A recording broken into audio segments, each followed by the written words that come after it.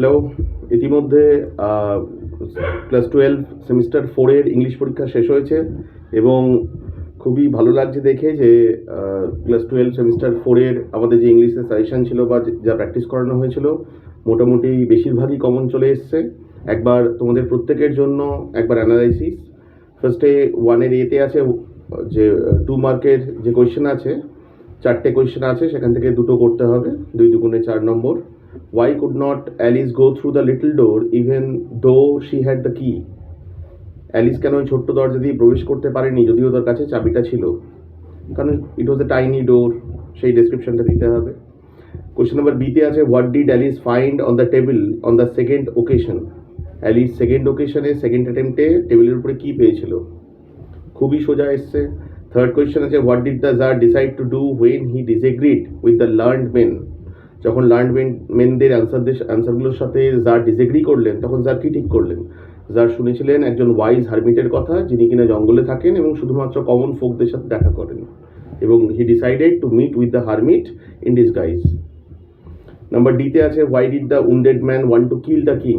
কেন wounded man সেই রাজাকে হত্যা করতে চেয়েছিল? Because the tsar executed his brother and seize their property, and since then the wounded man took an oath that he will kill the Tsar and recover his property. Number 2-এ একই রকম 4টে question আছে poetry থেকে, তার মধ্যে দুটো answer করতে হবে। What is the right of the hawk and why are no arguments needed for it? হকের, বাজ পাখির কি অধিকারের কথা কি বলা হয়েছে? হকের রাইট কি ছিল কবিতায়? হকের রাইট ছিল যে হক যখন যাকে খুশি কিল করতে পারে, সেই সবার সেরা। সে মনে করতো সে যখন যাকে ইচ্ছা মারতে পারে, এটা তার রাইট, এটা তার অধিকারের মধ্যে পড়ে। নম্বর বিতে আছে what does the phrase yellow leaves symbolise in William Shakespeare sonnet number 73? William শেক্সপিয়ারের সনেট নাম্বার 73-তে ইয়েলো লিভস কিসের সিম্বল? আমরা সবাই জানি কিসের সিম্বল। বার্ধক্যের সিম্বল, ওল্ড এজের সিম্বল, এবং সেটা বোঝাতে গিয়েই লেট অটাম আর ইয়েলো লিভসের তুলনা করা হয়েছে। নাম্বার সিতে আছে what is the stanzaic division and the rhyme scheme of sonnet 73? এটা যারা খুঁটিয়ে পড়েনি, কোনো গল্প বা কবিতা সম্পর্কে ডেসক্রিপশনগুলো পড়েনি, অথার্স ডেসক্রিপশন পড়েনি, তাদের পক্ষে এটা আনসার করা একটু অসুবিধা, এটা একটু খুঁটিয়ে দেওয়া হয়েছে। নাম্বার ডিতে আছে what according to Karl Dennis will happen to the plain states? এইভাবে গ্রিন হাউস এফেক্ট হতে থাকলে যে দেশগুলি সমতলে রয়েছে সেই দেশগুলির কী অবস্থান হবে বা কী সমস্যার মুখোমুখি হবে বা কী হবে? নাম্বার 3-তে answer any one question out of 2 questions. দুটো কোয়েশ্চেনের মধ্যে একটা প্রশ্নের উত্তর লিখতে বলা হচ্ছে। Seema wrote a letter, it contained the truth, he praised Seema for it, join into a complex sentence. Complex sentence করতে বলেছে, তাহলে কি হতে পারে এর answer? Seema wrote a letter, it contained the truth.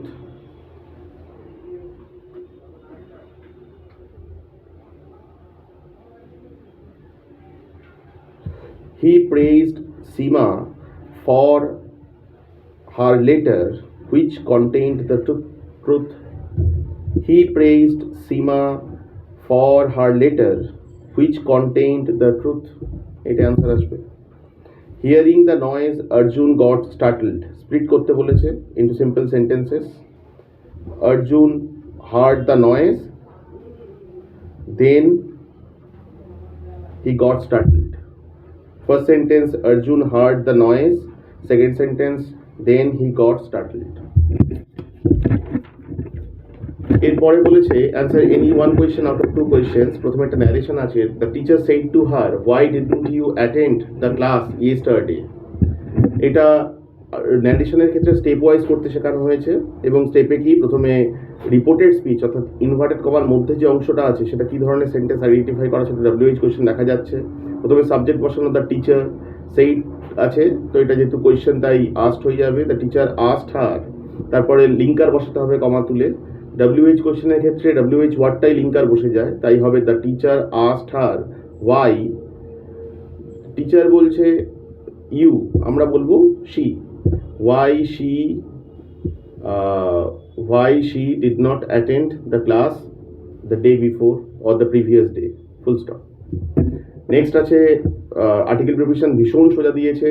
প্রথমে yesterday I went to the market near my house, এটা দাও হতে পারে, আবার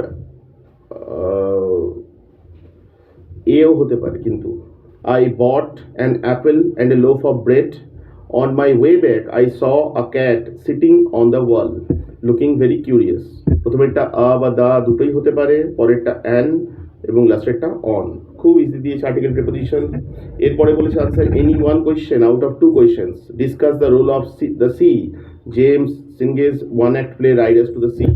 এখানে সি এর কি ভূমিকা, সমুদ্রের কি ভূমিকা, সেটাই এখানে বর্ণনা করতে বলেছে। এটার কোশ্চেনটা একটু হাটকে হয়েছে। নেক্সট কোয়েশ্চেনে বলেছে এর সাথে অপশন আছে analyse James Synge's riders to the sea as an one act play. এটার অ্যাকচুয়ালি পুরো জিনিসটার সিনপসিস বা জিস্টটা চাইছে, যে পুরো সারাংশটা বা মূল বিষয়বস্তুটা। এরপরে বলেছে 6 মার্কের ব্রড কোয়েশ্চেন প্রোজ আর পোয়েট্রি থেকে।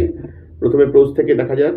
লিখেছে describe Alice's experience of falling down the rabbit hole in Lewis Carroll's Alice in Wonderland down the rabbit hole. What thoughts and feelings does she have during the fall. সে যখন পড়ছিল, অনেকক্ষণ ধরে পড়েই চলেছে, সেই সময় তার মাথায় যে বিভিন্ন রকমের চিন্তা ভাবনাগুলো আসছিল, বিভিন্ন রকমের জিনিস সে দেখছিল, তার যে অনুভূতি, তার যে ফিলিংস, তার যে থটস, কখনো সে ডায়না নিয়ে ভাবছে, কখনো সে তার পাশের ওয়ালগুলোকে দেখছে, বিভিন্ন জিনিস নিয়ে সে কিউরিয়াস হচ্ছে, এই সমস্ত তার থটসগুলোকে লিখতে বলা হচ্ছে। এর সাথে অপশানে আছে what were the 3 questions in Leo Tolstoy short story with the same title. Very easy question.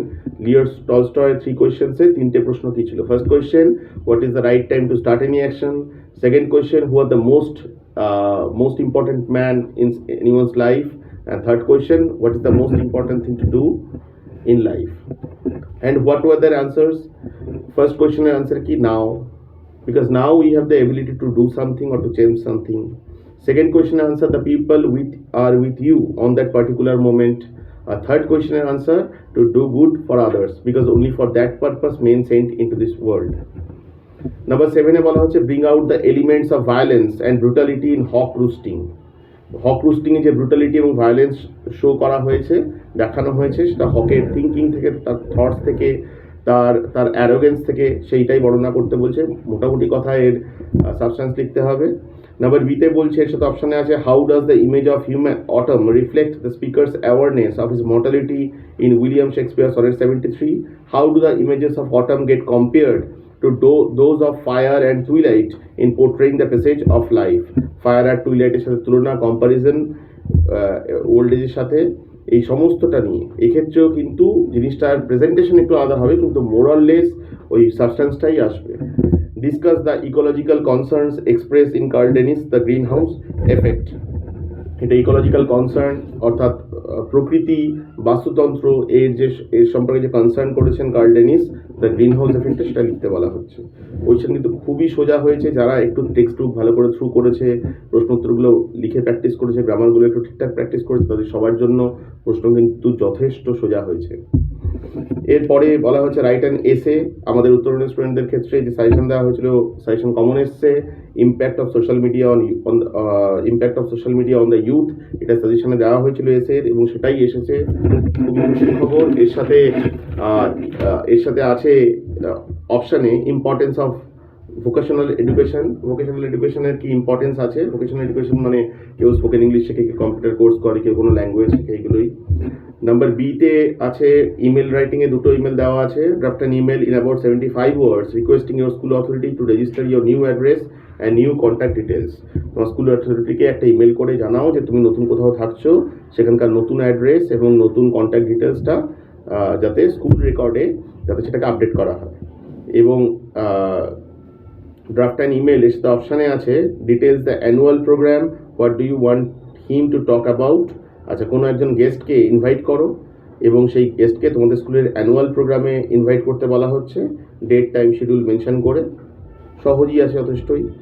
Write a blog in about 75 words or any one of the following topics. একটা অপশান দিয়েছে ব্লগে increasing air pollution in your locality, অর্থাৎ pollution. আর second হচ্ছে woman empowerment in sports and games in India. মজার ব্যাপার, class 11-এর semester 2-এর যে suggestion আমি দিয়েছি, যার পরীক্ষা কিছুক্ষণের মধ্যে শুরু হতে চলেছে, সেই সাজেশনে কিন্তু এই ওম্যান এম্পাওয়ারমেন্ট দেওয়া হয়েছিল, কিন্তু সেটা 12-এর ব্লগে এসছে। যাই হোক, প্রশ্ন খুবই ভালো হয়েছে। আশা করি তোমাদের পরীক্ষা ভীষণ ভালো হয়েছে। তোমাদের যদি কোনো কনফিউশন থাকে বা আমার আনসারের সাথে কোথাও যদি তোমরা সহমত না পোষণ করো, তাহলে কমেন্ট বক্সে কমেন্ট করে জানাও। হ্যাঁ, এটাও call to action. Thank you.